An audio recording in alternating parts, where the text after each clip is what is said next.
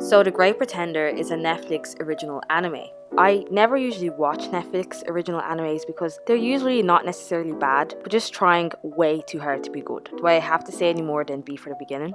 ここにいる僕はここだ僕は生きてる誰か見つけて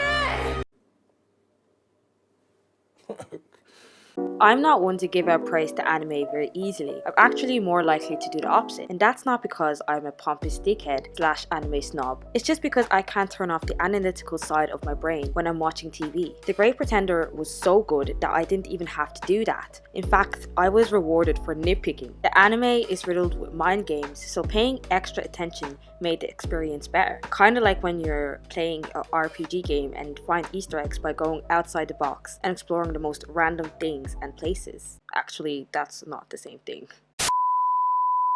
The anime follows Makoto Edamura, who is the self-proclaimed greatest swindler in Japan. One day, after trying to pickpocket a foreigner, Edamura finds out that all his money was stolen instead. Chasing the man down all the way to Los Angeles, he learns the foreigner is Laurent Thierry, a French professional con man who has ties to the international criminal organizations. After Edamura follows Thierry and thwarts his big drug deal, Edamura gets tied up and left to die on the famous Hollywood sign.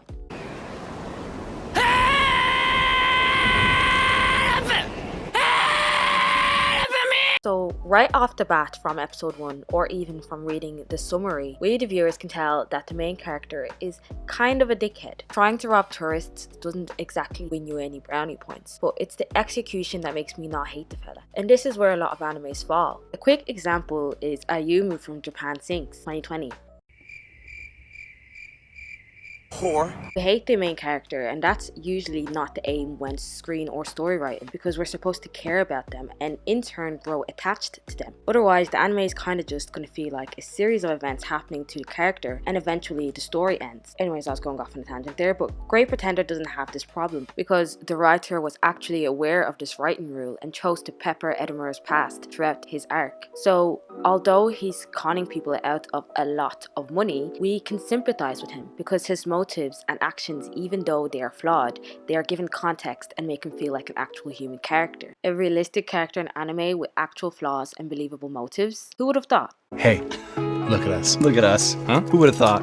Not me. Most of the crew are written similarly. I feel like this is the reason the show just kind of works. If it was another group of misfits, I don't think it would have hit the same. The show definitely dedicates a lot of time to making us like the characters, way more than the actual heists, as it is more of a character-driven story than a plot-driven one. Writing 101. In other words, a character-driven story focuses on how the character arrives at a particular choice or action, so it focuses on the interpersonal struggles of the character. And in plot-driven stories, the character acts as a cog to move the plot forward, so it chooses to focus on the plans and ideas rather than the character's motivations. The anime's way of tackling world building is through the use of Edamura himself. He acts as the audience surrogate, and we discover all the secrets and the world of con art's history alongside him. There's nothing innovative about that, but it's still executed really well. This writing tactic can either be done really well or really bad. Like when a character asks questions they already know the answers to, just for an excuse to poorly info dump the audience with information they could have easily shown. It's called screenwriting for a reason. Also, I want to talk about the animation, specifically Wit Studios' unique animation choice for Great Pretender's art style. It seems they steered away from their trademark gloomy yet realistic colour palettes as seen in season 1 of Attack on Titan and Vinland Saga. Instead, they traded it for a more vibrant colour and almost like a metaphoric out of this world colour scheme, which actually complements the show's tone and premise very well.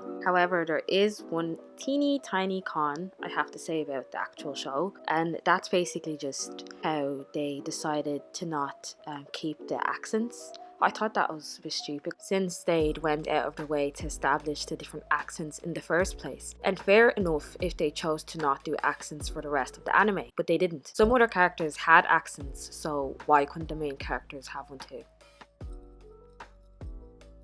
There are a few anime that I'd recommend without a second thought, and Great Pretender is one of them. It has that cinematic movie feel to it, which makes it somewhat universal to all audiences, since there's a bit of everything in it to please everyone. It's definitely a must watch. If I was to give it an overall rating, it'll be a 8 out of 10. Well, that's just for the first half. If the second half is able to keep the same momentum, I won't be changing that rate. So yeah, that's basically it for this video. I hope you've enjoyed my positivity for a change. Literally half of my videos are me shitting on a lot of different anime. So yeah, I swear I actually do like anime.